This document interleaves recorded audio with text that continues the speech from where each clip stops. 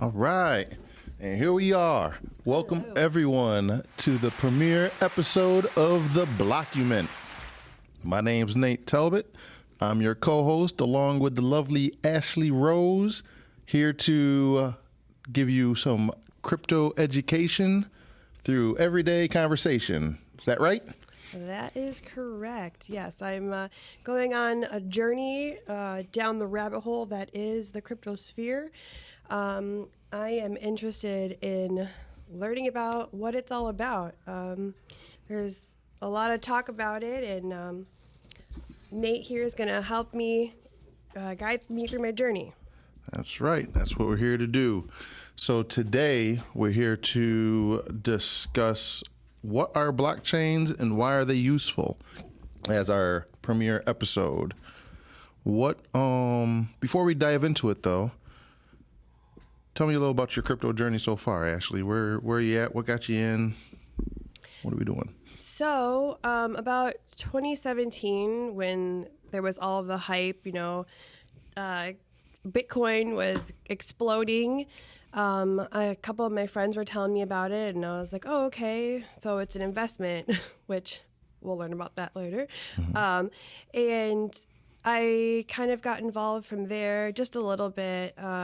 And then I kind of fell out with that because I lost money, like a lot of other people, because I bought at the top. And so then I went to the Bitcoin conference down in Miami in 2021, and that kind of sparked a fire under my butt. All right. And I came back to Detroit, and I was like, you know what? I really love the environment. I love the people that are involved. I love just being there, and I want more of that. So I started looking at meetups, and that's where I met Nate. And they encouraged me to start my own meetup because theirs was a little far from me. And I started a meetup, and then it just kind of snowballed from there. And now here we are because Nate's the man. And no. You're the one who's starting the meetups. It's awesome. Yeah. That's a common pathway for people coming in through the investment sort of route. It's interesting. What isn't common is how sort of fast you got proactive with it all. Yeah. Right? Coming in, starting the meetups. Yeah. Fairly successful one.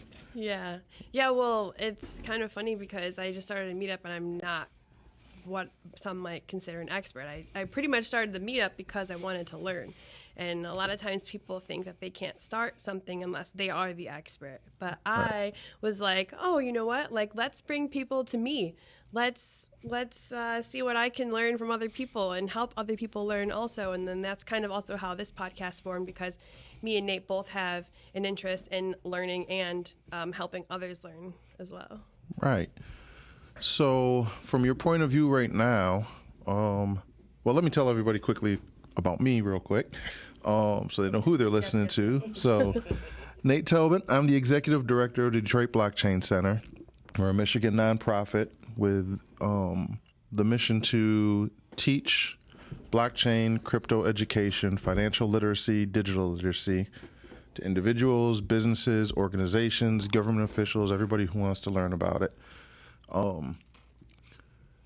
My path is similar to a lot of people here, where you come in for the financial aspects of things, but the more you dive in, the more you really realize the purpose of all this, the more you realize the money is sort of the least interesting aspect of it all, which is what sort of drove us to start Detroit Blockchain Center and the educational elements of it all, right? I like to tell people all the time, come for the riches, stay for the revolution. That's right. Right?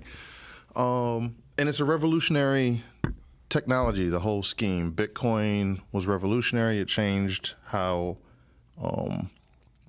money works, and how the most interesting aspect to me was how it breaks down the systematic barriers that have been built up forever around financial systems, right? There's always been a gateway to entry, no matter what format of money you were talking about. Bitcoin changed that, right? And that sort of leads us to what we're talking about, right? So what are blockchains and why are they useful? Before I delve in, I'd like to get sort of your perspective. To you, if you had to define what a blockchain is, how would you do that?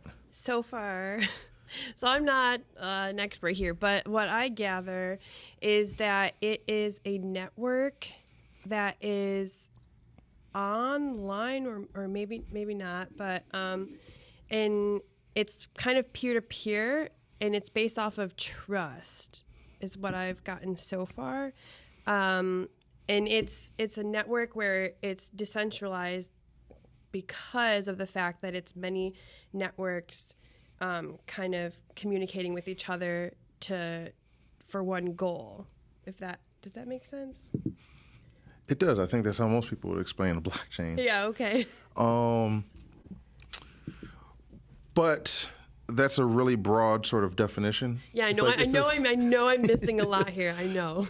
Well, it's not that you're missing a lot, it's that you're including a lot, right? Okay. As I was thinking about this earlier, I think a good analogy before, when you hear the word blockchain, it's similar to something everybody has some kind of experiences with, which is cars, right? Okay. Something goes wrong with your car. If you hear something banging under the hood, you bring it to the mechanic and you're like, something's wrong with the engine. Well, it could be your ball bearings, right? It could be a strut, it could be a transmission, it could be a whole lot of things that aren't technically an engine. Okay. Right? But I'm no mechanic. You're not a mechanic. So it's just an engine. Right. The mechanic will figure all that out, right? Right. Same thing with blockchain. When we say blockchain, a lot of people use it as this all-encompassing term to include the technical meaning of a blockchain, the cryptography behind blockchains, the consensus mechanisms like proof of work, proof of stake, delegated proof of stake, all those things. They use that as just sort of a catch-all term.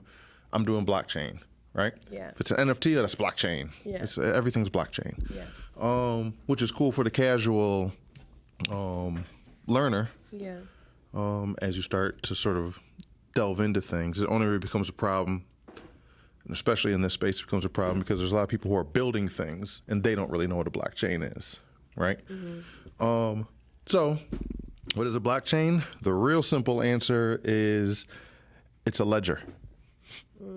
Like, think old school Scrooge McDuck era. Yeah. Somebody's writing transactions in a book. Okay. Right? Money in, money out. That's all a blockchain is, except digital. So like right? a record of transactions? That's it. Record of transactions. Okay. When Bitcoin first came out and the description of blockchain was first sort of conceptualized through this, blockchain wasn't even used. It was just called a time chain, right? Blockchain was just a way that people could easily sort of communicate what it was, which came out, months, maybe a year or so after the white paper came out. And it was called a time chain because that's really what it was. It was just a list of transactions, right? And in one, just think of the old ledger, like the old books people used to use for accounting. Okay.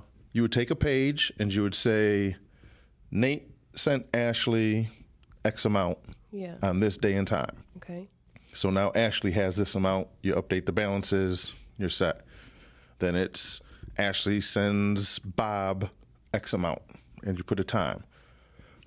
The key aspect was you recorded the time, so you could know, you would have a common understanding of when all of these transactions happened. That way, you couldn't spend money twice. And so is that where like the trust aspect comes in, or? Well, no, the trust aspect comes in is who's writing the entries down in the book. You have to trust that they're doing an accurate job and not lying. I send you $20, but the accountant writes down, I sent you $19.99. I tell you, oh, Nate sent you $19.99. Who knows, right? Yeah. And if nobody can look at that ledger, Yeah. nobody can see, especially if I can't, because I'm the one who sent the money, how can I verify any of that, right? So a blockchain technically is just really that ledger, and we'll get into sort of how it solves that problem. So would the blockchain be considered a technology or like a tool or both, or? I would say both. Okay. Because what you're doing is replacing the page with like this digital ledger. Think of an Excel spreadsheet, a Google sheet or something, right? So just like the page would get full, right? Once one page gets full, that would be a block, right? And so you'd flip the page and go to the next page. Okay. Once the ledger gets full, that's a block. Okay. Then you go to the next block. With the traditional ledger system, right, all of those pages are bound together with the binding, right? Okay. So you know the order the pages come in because they're bound. Yep. You can sort of tell if a page has been ripped out. Yep. You know what page comes before another page. Yeah. Well, how do you do that digitally? It's a lot harder because it's digital. It's not sitting in any kind of specific order, or it's an easily rearranged order, right? So this is where the cryptography part, the crypto and cryptocurrencies comes into play. We won't get into the math. You just got to trust. If you trust that 1 + 1 = 2, then you can trust the rest of cryptography as far as the basic math, right? Okay.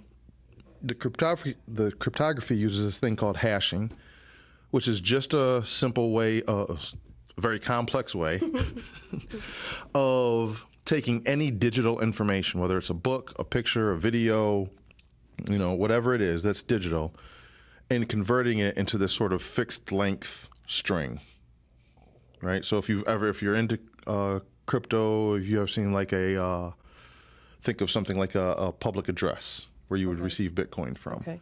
Oh, yeah. Right? So that's similar to what a hash would look like. It's just a series of numbers and letters. Okay. It doesn't matter the size of the input, right? Okay. I could take the white paper and it will do this fixed length string, right? Or I could take the entire collection of the Library of Congress, right? Every book, movie, song, any digital format in the Library of Congress, it'll be the exact same fixed length string. So looking at it, you wouldn't know if it was just something simple like the white paper or if I was looking at the entire Netflix catalog, right? The only thing you would know is they each have individual strings, right? That's cryptography in a nutshell. That's how that works. So what you do is... So what is the hash, though? So like what... Well, the hash is just a way of combining the entire block, right? So again, we filled our first page up. So we hash that first page. So we have this fixed length string. Oh, I see. Right? So you would do that. Kind of like I'm oversimplifying some of this. Okay, it's like a longhand for the block. It's like a secret code for the block that you can't go backwards. So once I do the hash, right, I can prove anything inside of that, what was done in the transactions. So I take that from page 1 of my ledger. I put that at the very first thing in the top of page 2 of my ledger, right? Then I fill up another page. Then I take a hash of that whole page, including the hash of the first page, right? And that's how I put that on top of page 3. So now I'm linking these pages together. So I have each of these pages, which are blocks, and I'm chaining them together with these hashes, a chain, so you have a block chain. Ah, I get it. Right? And the tricky part about the hash, the most important part about the hash is it's very sensitive to the input, right? So that page 1 that we filled out, you have, again, I sent you 1 Bitcoin. That was one of the transactions in it. Now we're on page 20. Right? I try to go back to page 1 because I want my Bitcoin back, right? Oh boy. But I don't want anybody to know. So I change the transaction that says that Nate sent Ashlee 1 Bitcoin to Nate sent Nate 1 Bitcoin. Sneaky. Well, that page has to get rehashed. The hash will be different. So. And then won't it mess up all the rest of the chains? Right, because now the hash is different. So when page 2 goes back to look, it said, hey, that's not the same. Something's different. Yeah, Nate's up to something. And so now anybody who can see this blockchain or this linked ledger, they all see, hey, something changed. So I can try to cheat it, but I'm instantly going to get caught because everybody's going to know it. Right? And it doesn't have to be something big like changing the name. I could literally go back and just add a blank space. Right? I could add a comma someplace. I could change the font. It's going to change the hash. So any changes you make are easily evident. So That's really all a blockchain is. Just think of like a ledger that references the page before it, right? So how is that trustless? How is that revolutionary? How is that like great? It's not really. No? I mean, if all I have is the blockchain, that doesn't fix who can access it, right? I feel like it is like a little revolutionary if it's like installed trust, you know? Like I feel like But why are you trusting that? Isn't it because it can be proven if something goes wrong or if something is not correct? Only if you can see it. So just like our accountant in the original example, if they're the only person who's looking at it, it doesn't matter, right? But can't I look at it if I wanted to? If you have permission to. So I thought it was permissionless. No. Blockchains by themselves aren't permissionless. Oh, okay.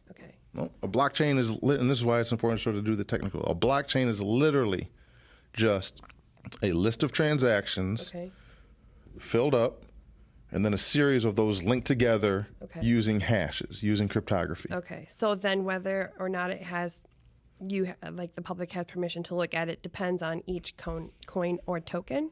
Yeah, it depends on the rest of the infrastructure. Like the programming? Like our engine, people say blockchain and they mean a lot. Yeah. But technically, a blockchain is just like a Google Sheet. It's just like a Google Sheet. Okay. Yeah, right? And somebody could just hide it or they can show it. They can hide it or show it. And that's why you'll have what's called permissionless blockchains and permissioned blockchains. I feel like we never hear about the permissioned blockchains. You almost always hear about the permissioned blockchains unless you're talking about something like Bitcoin or like an Ethereum or something. When you hear companies or big organizations or governments getting into blockchain, they're permissioned. You'll hear Walmart's using blockchain to revolutionize supply chain infrastructure. Those are permissioned. You can't see that. But don't you? But what I was kind of getting at is like, doesn't it seem like it's being marketed as it is permissionless, but then people don't know that the companies do have the option to actually like, oh, just kidding, you need permission to look at it. Correct. But we're going to hide under the fact that everything is being marketed as permissionless. Correct. It's all marketing. Wow, I did not know that. So when you hear them say like blockchain, not Bitcoin, and blockchain's the real technology of it all, like blockchain, I don't want to undersell blockchain in and of itself, right? People will come for you. It's not, let them come. In and of itself, while it is a very useful tool, it's only useful in very certain circumstances, right? Because we've had technology that could do very similar things. This is what a database is, a regular database that a website would use. I mean, it's just a table of transactions or information. Okay. And then to better organize it, you have several tables, several different blocks, and that are all linked together, maybe not using cryptography, but using some kind of key pair. Okay. So it's not that revolutionary. Right? And actually, it's not, it gets less revolutionary the more you start talking about permissionlessness and decentralization, right? Because the blockchain by itself, like we just said, that's not trust. You shouldn't necessarily trust it. You might not even be able to see it. Yeah. Now, if you make something that's this open network, right? An open public network, something like a Bitcoin, something like an Ethereum, where it's a public blockchain, it's open source. That's usually one of the first rules because it's open source, so everybody can see the code, right? So other people can look to make sure there's not backdoors, other things like that. It's permissionless. How do you achieve permissionlessness? That's sort of through the decentralization piece, right? You take that blockchain, and I can just, because it's open source, I can download the software and run it and see how everything's going myself. And then you independently can just download it and run it. And nobody can stop you from running it. If you have a computer and like a basic internet connection, you have access to it. That's something like Bitcoin. And what exactly does running it mean? Just running the software, just like if you have... like that's not like running, like mining. No, we're not talking about mining. That's something totally different. Okay. When running it is just sort of looking at it, you can... It's called a node. Up? This would be called a node. Okay. But yeah, it's no different than like if you have Word when you open Word and start typing, you're running Word. Okay, that's kind of what I was thinking, but okay. Yep. So you're just running that blockchain software code, Okay. which is open source, so you can see all the code. Anybody can access it. Okay. You can opt in, you can stop running it, you can start running it, you can do whatever you want to with it, right? Yeah. That allows the level of, some would say trust. I call it trustless, right? You don't need trust because I can just verify it. Yeah. I don't need to trust, I can verify, right? But now, how do I know I'm looking at the right copy? How do I know my copy and your copy of the blockchain are the same? How do you know? How do you know, right? And this is where other aspects of the general term blockchain sort of come into place, like consensus mechanisms, Okay. right? This is where the miners, the people who sort of look at all the transactions, they include transactions into a block, they order them, they publish it out to the world. Okay. And then people who aren't miners, we sort of look at that every time a new block gets finalized. And the miner's like, all right, here's a new block. We sort of download it, we compare it. I look at my copy of the chain. My computer's looking at your copy of the chain. Are these chains the same? We both agree these are the longest blockchains, right? They have the most pages in them. So we say, all right, well, the one with the most pages, that's going to be the accurate one. Okay. That's sort of outside the scope of today on how all of that works. Yeah. But, I'm like, what? You said- right. Well, this is the thing. This is about the whole thing about, blockumenting everything, Yeah. right? It's every time you have a question answered, you're going to have more questions pop up. I know. This is why this is a rabbit hole of rabbit holes, right? Yeah. But in general, right, to summarize just so far, like what are blockchains? They're just a linked ledger of transactions. Okay. And then the why are they useful portion is just to help keep record? Yeah, well, why are they useful? And yeah, it's helpful when you're going to do a decentralized type system where you need something that's permissionless. And then you also want something, and this is one of the revolutionary parts, is censorship resistant, right? The idea of Bitcoin, and you'll always hear me refer to Bitcoin because A, it was the first one. B, out of all of the different blockchains out there, Bitcoin remains probably the simplest, right? By design. It's built to do one thing and only one thing. A lot of other blockchains are trying to be innovative, so they add things into it. Yeah. If you look at a lot of the proposals for Bitcoin, they very rarely add things in. They're always taking things out. We don't need this anymore. Let's get rid of that. Making it like leaner. Lean, easy, slim, simple, because you want a simple system, because Bitcoin wasn't created for blockchains. Blockchains were created for Bitcoin. Okay. Right? The purpose of Bitcoin comes back to money. Okay. Right? And why is money important? And our focus here isn't the why is money important, but Not a brief today. summary, right, is money runs everything, right? If you're going to be in a society, once we've decided to stop being hunters and gatherers and every man for themselves, it became a thing of, well, how do we function as a society? If I'm not going to go out and hunt, I'm going to stay back and build. Well, how am I going to eat? Yeah. Right? So how are we going to work this whole system of commerce? So it's all man-made. It's all this sort of this system we made up of accounting things. And as society grows, you need this sort of way to exchange value between people. And that's where sort of money comes from. The problem we've had historically since the beginning of time with money is it always consolidates around this power pool. And so whether you're talking about commodity money, which would be things like gold and silver, seashells, whatever. Anybody can go dig up some gold, but where are you digging it up from, right? Who owns that property? If it's not an individual, it's usually some kind of government, right? So now you need permission from that government to dig it up. right? And then once you get it and you want to leave that land supply with your money and go to another country or territory, how do you get across the border? They can censor how you transport your money. Yep. And so with the blockchain, with a blockchain, with a distributed money system, right, it becomes a lot easier because a distributed blockchain eliminates the need for a trusted third party. Okay. Right? We don't need to go to a bank. Yeah. I don't have to ask a bank permission to send you money.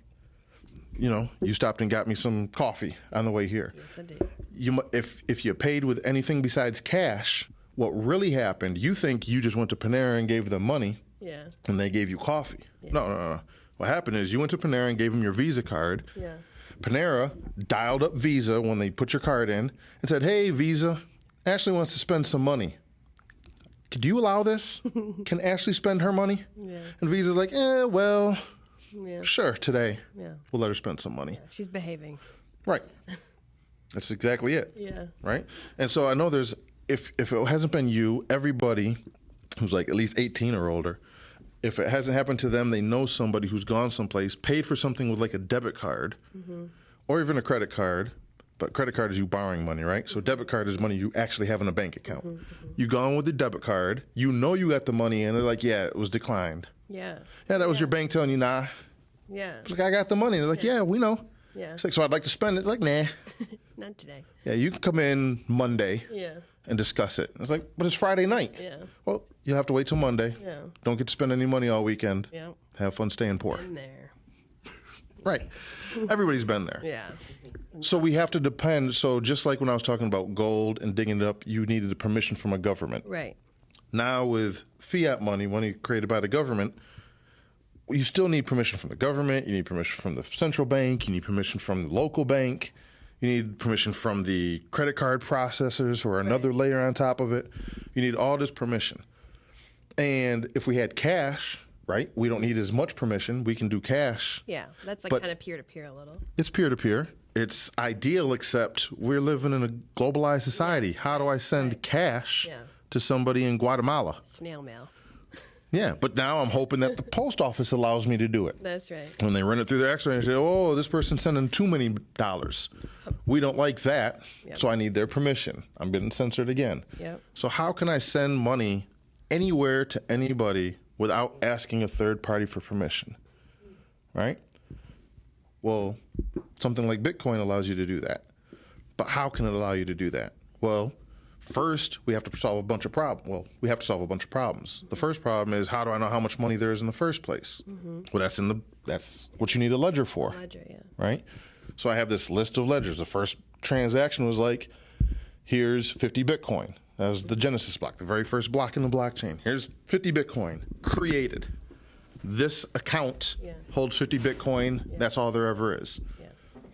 That person, who was Satoshi Nakamoto, the anonymous inventor of Bitcoin, they sent some Bitcoin. The first Bitcoin transaction was to Hal Finney, this other cypherpunk, first guy to sort of run Bitcoin. He's like, all right, well, now that you got an address, I'll send you some Bitcoin. Here you go.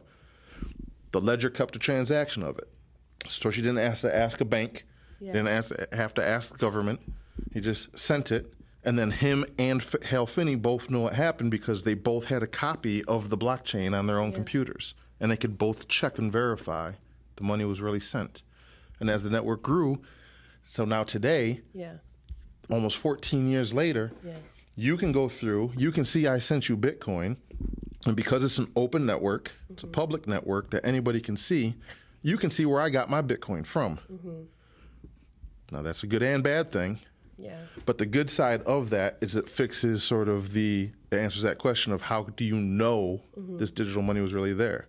Because you can go see, well, this Bitcoin came from this address. Before that, it was at this address. And you can follow all the way back to the time that Bitcoin was invented, right? Created digitally.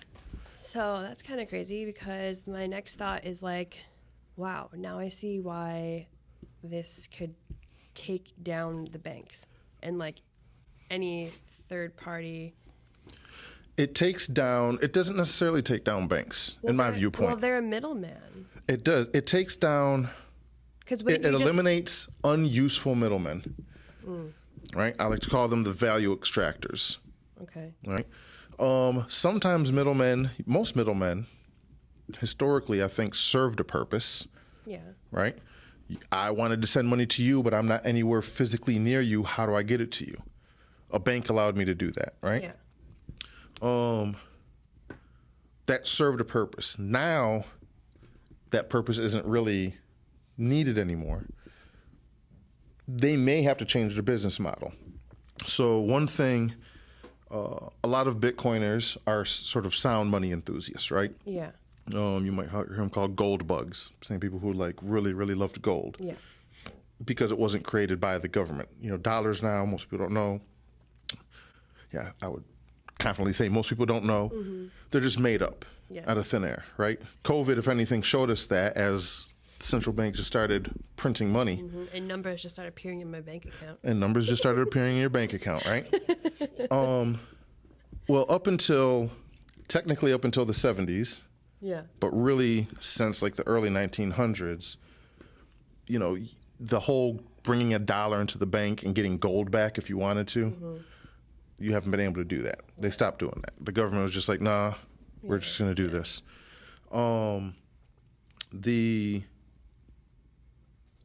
The purpose of a bank, the problem with a bank now is they can get money, they can play numbers with it. That accountant we were always talking about could fidget numbers, right? You don't see that. You don't know what they're doing.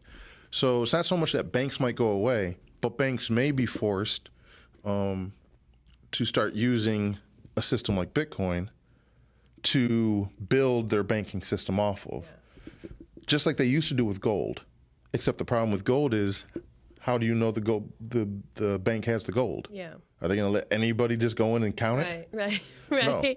So a bank can still function and do what they're doing using a Bitcoin standard, right? Except if you want to verify, hey, bank, you're loaning out all this money. Do you really got it? Yeah, that's exactly right. You don't got to ask them. But because they're using the Bitcoin, if it's permissionless. What if they decide to do theirs? You have to ask. Then we're not. They've made zero progress. Then we don't do business with them. Basically, like, it kind of puts like the power back in our hands because we can decide. Okay, we want to use this company that's going to operate like ethically, and not my opinion, and allow us to see what's going on. Like, there should be no need for them to hide things from us. There's always going to be a need, but they shouldn't be able to because, the people won't stand for it. Yeah, I mean. That's hopeful thinking, but yes, that would be the way. So you'll hear about these like central bank digital currencies they're all trying to push towards. Yeah. Well, those are built using like blockchain and blockchain similar technologies, but they're not open. They're not permissionless. They're definitely not censorship resistant. Right. So they're blockchains. They could be blockchains. Yeah. But again, as sort of why are blockchains useful? Maybe they are, maybe they're not. It sort of depends on how they're implemented. Yeah, well, some of the CBDCs I've been hearing about almost kind of seem like the opposite of what like Bitcoiners are trying to do. It almost seems like they're trying to use the blockchain to get more like control and more censorship. I agree. A lot of times I compare it, aging myself drastically probably here, but when the internet was becoming a thing. Yeah, someone told him this is not a personal experience. Yeah, I definitely didn't live through any of it. When the internet was becoming a thing, and it really started to catch traction, so we're talking like in the 90s, so catch traction on a very sort of still nerdy level. The thing that they started realizing is you can have open access to information. Governments, organizations, companies don't necessarily like that. They like to sort of tailor the story. Even if it's not strictly on this malicious, I'm just an evil operator type thing. If anything, it's just about the marketing and keeping the money supply running for them. Yeah. He who controls the information controls the knowledge, right? Yeah. And so as internets were starting to take off, what a lot of these companies, organizations, and governments did was they came out with an alternative to the internet called the intranet. And so if you're old enough to remember that, especially if you were working or something, you might remember while there was an internet, your job didn't have access. Your company didn't have access to the internet. They had the intranet. And the whole thing was, no. It's just like the internet. We just run it here locally so we can give you the information that you really need. You know, you don't need to concern yourself with all that extra information. Here, just focus on this, right? And that's the same thing that countries and central banks are trying to do now, in my opinion, with central bank digital currencies. You don't really need an open, permissionless, censorship-resistant money. Freedom is such a burden. Yeah, it's so last year. What you really want is for us to issue this digital currency that'll give you that same sort of ease of use. But when things like the pandemic happen and people buy too much toilet paper, if you trust us to manage this, we can limit how much toilet paper somebody buys. So no more toilet paper shortages. You go to the store and you can be rationed your toilet paper. Oh, well, thank you. That's so kind. Join the bread line. Right. That's, to me, the internet. And while the intranet failed miserably, right, people wanted the access to information. Organizations learned their lesson as well. They're not going to treat CBDCs the same way they're going to treat the intranet. They're going to take some of those extra precautions. So you think they're not? It's going to be a little less intranet-y. I think as far as there was a lot of arrogance when it came to the intranet. We're just going to be able to do this, right? They couldn't stop the internet, though. It was already too far along. I can't say that's true right now when it comes to money and privacy and preserving, having sovereignty over your own wealth. I can't say the same is true right now. And we sort of are in this little span that the next maybe decade or two is going to really reveal a cryptocurrency like something like Bitcoin is either going to be a tremendous success and sort of set people free, or people are going to sort of go along with the Facebook, click the terms of service and just give away my privacy because I want to talk to my high school friend. They're just going to give that away, and then they're going to take CBDCs, and then every dystopian movie you ever saw, that will be your new reality. Everything you hear about like China and WeChat and them controlling everything and scrubbing the internet of all traces of news they don't like, we could still face that. So it's not a given that CBDCs will fail. You want them to fail. But isn't that kind of why we're like doing this too, to help people understand like what they're going to be either accepting or declining? Yeah, because you have to know. That's why it's important. Like, that's why we didn't want to do this episode on just sort of what are blockchains. It's almost like, why are they useful? And the answer to that is they're not necessarily, because that's what that whole blockchain, not Bitcoin narrative that came out in 2017 that Jamie Dimon, Chase Bank, all of them tried to push. And a lot of them still try to push. CBDCs are sort of pushing the same thing. Oh, the technology is really the great part, and we're using the technology. Don't worry about it. But that's opposite day. Oh, a blockchain that is not permissionless, open source, and censorship resistant is not a useful blockchain. And it's worse than any other alternative system you could build off of it. It's slower, it's more expensive, it's clunkier, more prone to having technical errors. So like kind of one takeaway from this could be like if you are looking to get into, let's say, blockchains or cryptos, is to like research or look it up if it is open source, permissionless, censorship resistant.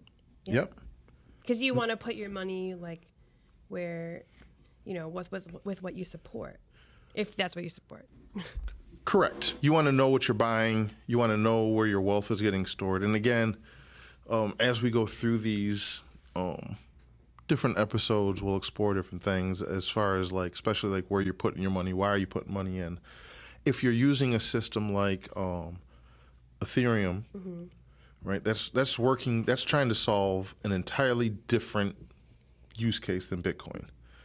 Right? They both use blockchains. They're both have cryptocurrencies, based off of cryptography.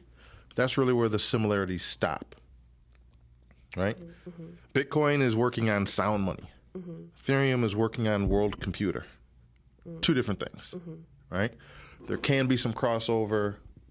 They're very different. My cell phone uses a computer, right? It has a CPU in it. So does my car. I wouldn't say my car and my phone are the same thing. Yeah, yeah. And again, this is why using blockchain as a general catch-all term. Yeah, they both use computer chips. Yeah. They're both not the same thing. Yeah. Right? And so knowing why they're useful, yes. Going in, seeing, is it open? Can I just download the source code?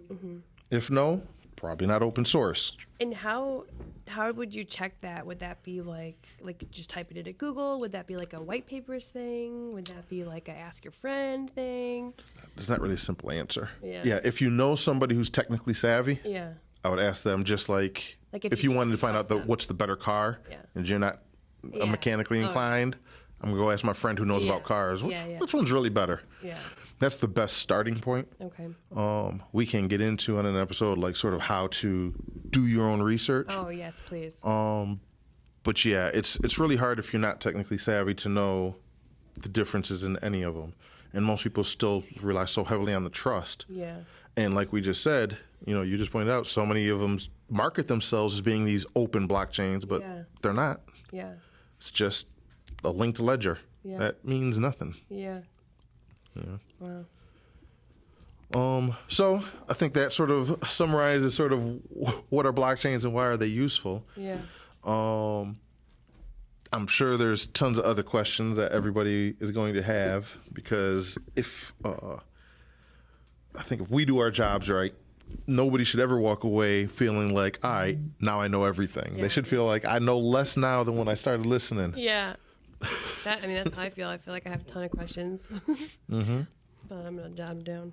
All right. So what are we going to be diving into the next episode? Yeah, so I think that kind of segues pretty nicely, because the next episode, I think we're going to do a technical comparison of Bitcoin and Ethereum, but for the not technical savvy, because I'm not tech savvy. Right. So yeah. What's the difference? We have all these different kind of blockchains, right? Bitcoin, Ethereum. You have things like Hyperledger, Wax. All of these are different blockchain systems. So this might sort of also help answer the question of how do you know? Yeah. What's what? First step is, what do they really do? Because there are, off the top of my head, I would say there's probably about 5 or 6 different type of blockchain architectures that all do function very differently.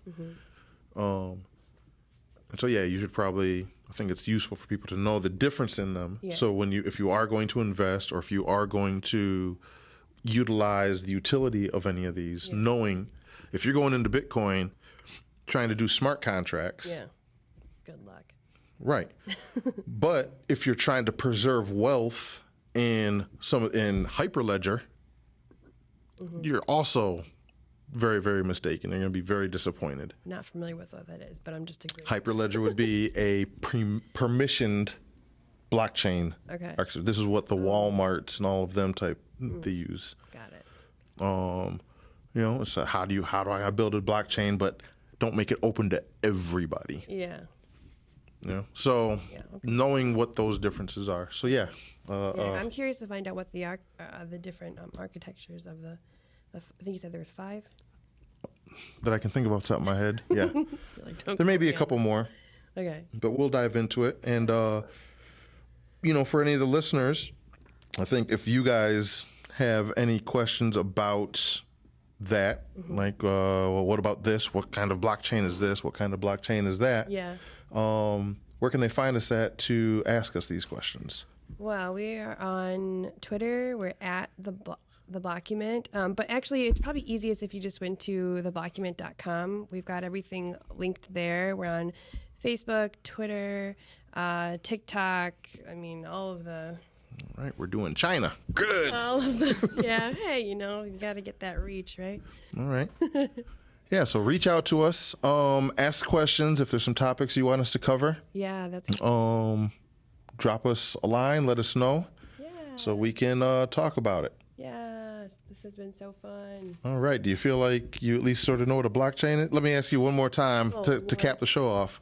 What's a blockchain, in your words? Blockchain is a ledger of transactions. I think that's a pretty basic way of saying it. Yep. The only thing I would add to that, I think that's a much better definition than you started with. Like only thing I would add to that is linked ledger. Linked, because that's like the hash component, yeah? Well, yep. Okay. What you described was the block. Yeah. Now, how do you put them together? You got to link them through cryptography. Okay. But yeah, that's a much cleaner, definitive answer of what a blockchain is.